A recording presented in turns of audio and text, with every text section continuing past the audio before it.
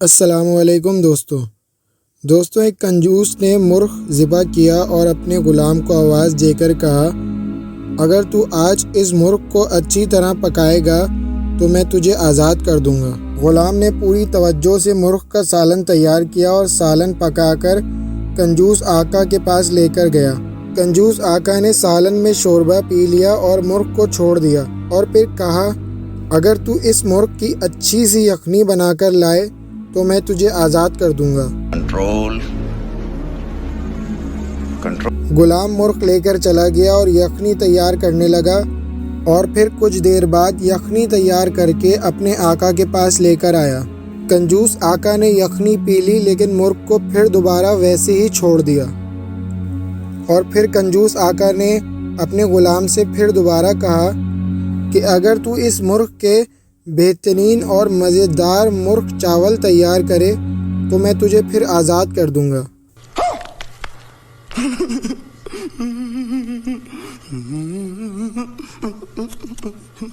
دوستوں، کنجوس آقا کا غلام منہ بناتے ہوئے مرغ کو اٹھا کر لے گیا اور مرغ چاول بنانے لگا۔ کچھ دیر بعد وہ غلام آقا کے پاس مرغ چاول بنا کر لے کر آیا۔ آقا نے اپنی کنجوسی دکھاتے ہوئے ایک بار پھر تمام کے تمام چاول کھا لیے اور مرغ پھر ویسے ہی چھوڑ دیا۔ غلام کو یقین ہو گیا کہ وہ اسے آزادی نہیں دینا چاہتا۔ کنجوس آقا اپنے غلام سے کچھ کہنے ہی والا تھا کہ غلام نے فوراً کہا، بند کرو ہاتھ جوڑ کے میں جناب، مجھے اب آزاد ہونے کا کوئی شوق نہیں ہے، خدارا آپ اس بیچارے مرغ کو آزاد کر دیں تو آپ کی مہربانی ہوگی، وہ بیچارہ بار بار تکلیف اٹھا رہا ہے۔ دوستوں، اسی طرح کا ایک اور واقعہ کچھ اس طرح ہے کہ ایک نیک اور محنتی طالب علم اپنی مالی پریشانی کی وجہ سے تنگ آ کر ایک دولت مند کنجوس کے پاس امداد حاصل کرنے کے لیے چلا گیا۔ جب طالب علم کنجوس کے پاس آیا اور اپنی مشکل بیان کی تو کنجوس نے اس کی پریشانی کو بہت غور سے سنا اور پھر اس کے بعد جواب دیا، دیکھو، میں نے اپنی دولت کا ایک حصہ نابینا افراد کے لیے مخصوص کیا ہے، اگر تم نابینا ہوتے تو میں تمہاری امداد کرتا۔ طالب علم نے جب کنجوس انسان کی یہ بات سنی تو فوراً جواب دیا، آپ میری مدد کریں، میں نابینا ہوں۔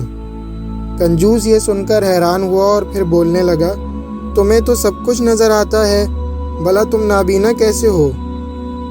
طالب علم نے جواب دیا، اگر میں اندھا نہ ہوتا تو تجھ جیسے کنجوس کے دروازے پر بھلا کیوں آتا؟ بیٹا، تم سے نہ ہو پائے گا۔ یہ کہہ کر طالب علم کنجوس کے پاس سے اٹھا اور چلا گیا۔ دوستوں، ویسے تو تاریخ میں بہت سے ایسے لوگ ملیں گے جو کنجوسی کے معاملے میں بہت زیادہ آگے تھے، لیکن سمجھنے کی بات یہ ہے کہ ہمارے اسلام نے اس کنجوسی کو ناپسند فرمایا ہے، اور قرآن میں اللہ تعالیٰ فرماتا ہے، وہ جو کنجوسی کرتے ہیں اور لوگوں کو بھی کنجوسی کا حکم دیتے ہیں اور جو مال خدا نے اپنے فضل سے انہیں دیا ہے اسے چھپاتے ہیں، ہم نے کفران نعمت کرنے والوں کے لیے رسوا کن عذاب تیار کر رکھا ہے۔ اسی طرح رسول خدا نے بھی بارہا مسلسل اپنی حدیثوں میں کنجوسی کرنے کو منع فرمایا ہے، اور اسلام کنجوسی کرنے کی سزا بھی بالکل برابر دیتا ہے۔ اور دوستوں، کیا آپ نے قارون کے متعلق سنا ہے؟ کیا آپ یہ جانتے ہیں کہ قارون کی تباہی آخر کس وجہ سے ہوئی تھی؟ قارون جو کہ حضرت موسیٰ علیہ السلام کا رشتہ دار تھا لیکن پھر بھی کنجوس تھا، اور اسی کنجوسی کی وجہ سے اللہ نے اس پر عذاب نازل کیا اور وہ تباہ و برباد ہو گیا۔ قارون کے متعلق پورا واقعہ جاننے کے لیے اگلی ویڈیو کا انتظار کریں، انشاءاللہ اگلی ویڈیو اسی پر آئے گی۔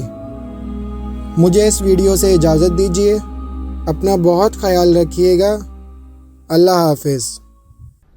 Bye bye, ta-ta, good bye.